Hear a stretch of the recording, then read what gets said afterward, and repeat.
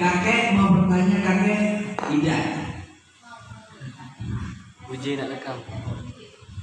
Ini ada yang pas-pas tuh yang baru ikut kaji, jadi ada pertanyaan. Oh berarti sudah paham ya.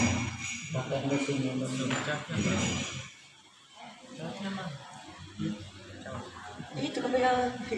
Harap nih. Tobi ada pertanyaan? Enggak Dani. Bila tidak ada pertanyaan berarti paham. Berarti dajjalnya buat apa dajjal lama-lama?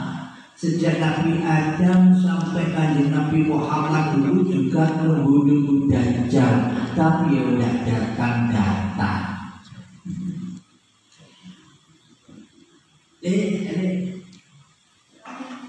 Dikatakan. Assalamualaikum warahmatullahi wabarakatuh. Waalaikumsalam warahmatullahi wabarakatuh. Mohon Pak Kiai, saya mau bertanya masalah dajjal. Ini dikatakan apakah perbedaan antara nafsu al-lawamah, apakah nafsu mutmainnah? Yang pertama, yang kedua, awaludin ma'rifatullah, awal agama mengenal Allah di dalam Al-Quran, fi anfusikum afala tubsirun, yang ada pada diri kamu, ada kamu lihat. Yang nyata di diri kita sekarang ini adalah jasmani, minha halakakum wa fiha nu'idukum, yang aku jadikan daripada tanah kembali ke tanah. Demikianlah Pak Kiai. Assalamualaikum warahmatullahi wabarakatuh. Waalaikumsalam warahmatullahi wabarakatuh. Di dalam dirimu ada yang sangat amat nyata, yakni badan inilah yang kelihatannya nyata, ya kan? Bila Anda tidak dihidupi oleh uripe Allah, apakah Anda bisa melihat badan Anda? Apakah Anda bisa mengaku-ngaku bahwa diri Anda sebagai manusia bila Anda tak diciptakan, bila Anda tak dihidupkan oleh Allah? Berarti yang nyata itu badan atau hidup. Bila tak ada hidup, maka badan tak ada. Jadi selama ini di Al-Quran itu supaya kita melihat yang lebih nyata lagi daripada badan. Bila kita tak melihat siapa di balik badan, al-insanu sirri wa ana sirru. Jadi badan itu rahasia. Jadi akulah yang merahasiai badan itu. Bila tak ada Allah, apakah kita bisa ngaku-ngaku sebagai manusia? Berarti yang bisa mengaku bahwa diri kita ini adalah manusia, diri kita apa Allah? Wayangnya apa dalangnya yang bisa berbicara? Aku Gatotkaca. Siapa yang bilang Gatotkaca? Wayangnya bisa bilang Gatotkaca? Nah, maka dalangnya lah yang lebih nyata. Allah lah yang lebih nyata daripada badan. Selama ini kita menuduh seolah-olah syariat itu lebih nyata daripada hakikat. Bila tak ada hakikat dan makrifat, apa ada syariat? Ya, selama ini banyak mayoritas manusia kalau sudah makrifat ya wajib syariat lagi. Jangan meninggalkan syariat. Bila manusia sampai kepada ma'rifatullah, bagaimana mungkin manusia bisa bersyariat? Wong manusianya sudah rojiun ke rahmatullah. Manusianya sudah kembali kepada wujudullah. Manusia sudah kembali kepada hayatullah. Manusia sudah kembali kepada kekuasaan Allah. Bagaimana mungkin manusia bisa bersyariat lagi? Wong manusianya sudah mati. Berarti yang bisa bersyariat itu siapa? Ya kan uripe Allah yang bisa bersyariat. Tanpa urip, tanpa hayatullah, syariat tak akan ada. Jadi bila manusia kebanyakan, kalau sudah sampai hakikat jangan tinggalkan syariat, berarti kan dajjalnya masih ada. Berarti makrifatnya hanya dusta, hanya ngaku-ngaku saja sudah bermakrifat. Kenyataannya apa?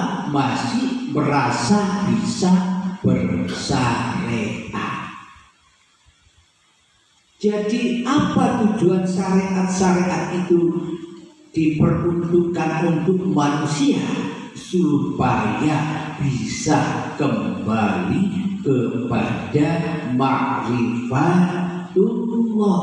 Dengan bisa kembali menuju pintu lillahi ta'ala. Jadi meskipun kelihatan orang kita bersyariat, tapi di sisi Allah hanya Allah lah yang bisa bersyariat. Tapi di sisi sang dalam hanya dalamlah yang bisa memainkan, yang bisa memposisikan, bukan wayang bisa berposisi sendiri. Inilah yang lebih nyata.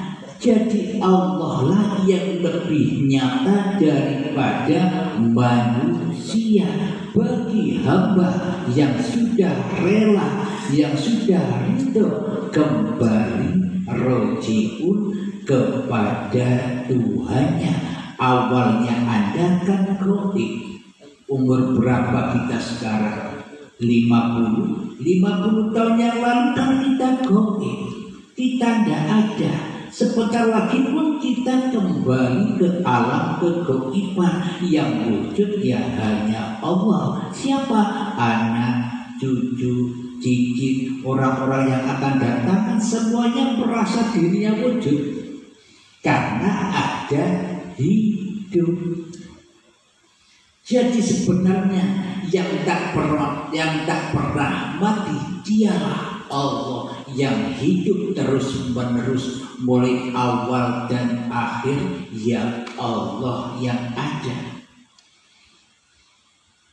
La mawjudan illallah.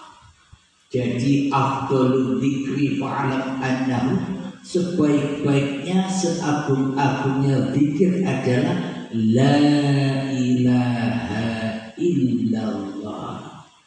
Tapi jangan berpraktek di hati Anda. Yang bisa baca la ilaha illallah adalah aku. Berarti aplikasinya di dalam hati bukan la ilaha illallah, tapi la ilaha illa ana. Akulah Tuhan. Tapi tidak terasa ya.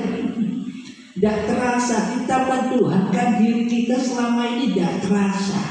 Karena apa? Karena hebatnya Dajjal itu untuk selalu menyesatkan anak cucu Adam. Kira-kira pertanyaannya, jawabannya bisa dipahami, Bapak? Ada pertanyaan lagi? Silakan. Banyak bertanya maka akan banyak ilmunya. Silakan. Assalamualaikum warahmatullahi wabarakatuh. Waalaikumsalam. Saya bertanya Kiai masalah antara rasa dan rasul. Tadi kita ceritakan masalah rasa. Antara rasa dengan napas, apa perbedaannya Kiai? Sudah? Nafas nufus, anfas, rasa ini, rasa itu. Bila tak ada hidup, apa itu semua ada? Diringkes saja, simpelnya saja.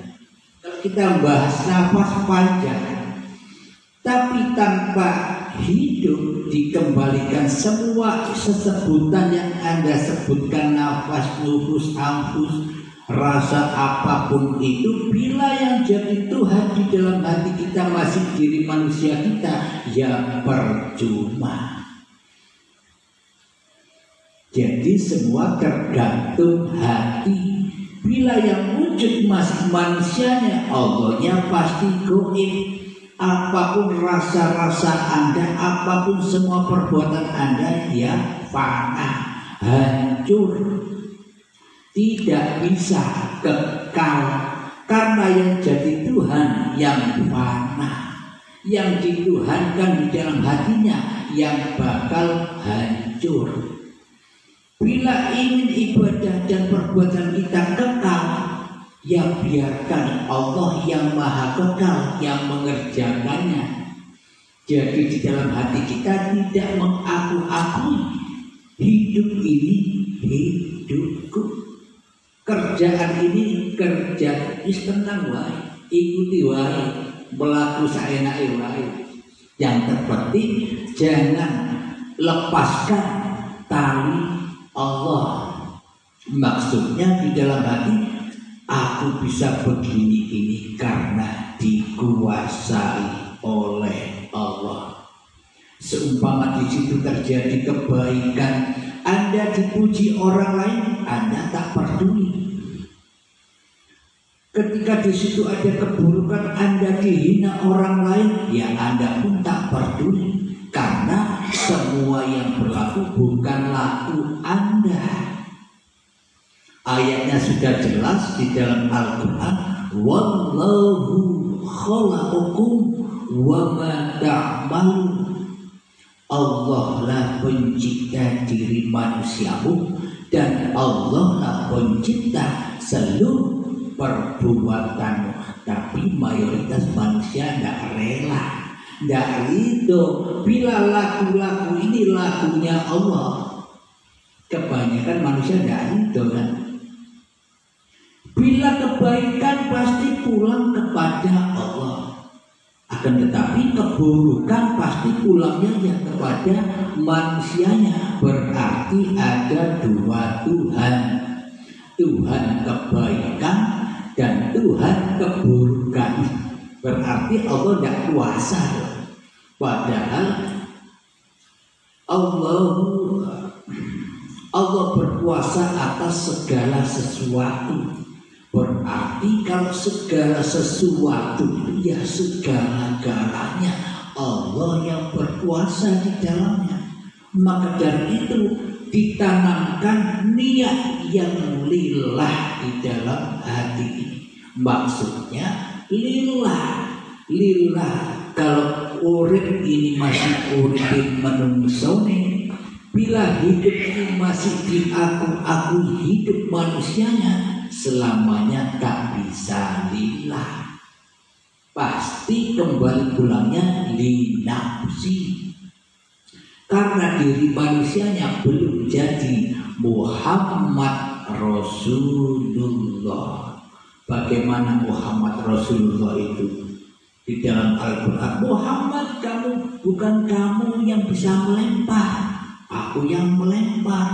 Muhammad bukan kamu yang membunuh, aku yang membunuh. Allah maha menghidupkan dan Allah maha mematikan. Berarti sifat siapa semua itu? Jika manusia kita tak ada, apa ada sifat-sifat yang seperti itu? Berarti apapun yang berlaku di alam semesta ini hanyalah dunia ini panggung sandiwara. Yang bersandiwara siapa? Bukan manusianya yang bisa bersandiwara. Bila manusianya tidak ada hidupnya, orang-orang sudah mati di kuburan itu apa bisa bersandiwara?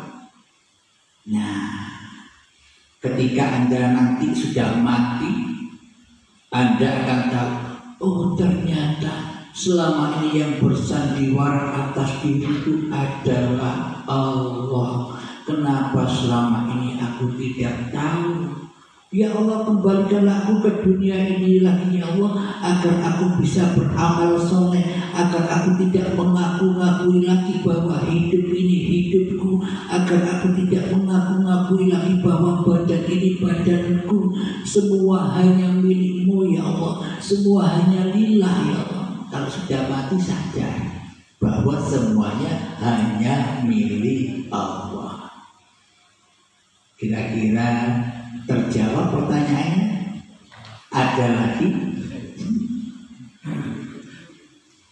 Jadi apapun pertanyaannya, kalau sudah ditenggelamkan di dalam uripe Allah, hancur leburlah semua pertanyaan itu. Karena manusianya, yang bertanya kan manusianya. Bila manusia sudah kembali kepada Allah, maka sudah tak ada pertanyaan lagi. Akan tetapi kalau tidak ada pertanyaan, tidak seru ya. Inilah panggung sandiwara. Yang mau bertanya lagi berarti ada ibu-ibu. Iya, coba bertanya. Oh, berarti paham semua ya? Paham. Alhamdulillahirabbil alamin. Bila demikian, alhamdulillahirabbil alamin. Semoga pengajian di malam ini berkah di sisi Allah Subhanahu wa ta'ala. Amin ya rabbal alamin. Assalamualaikum warahmatullahi wabarakatuh.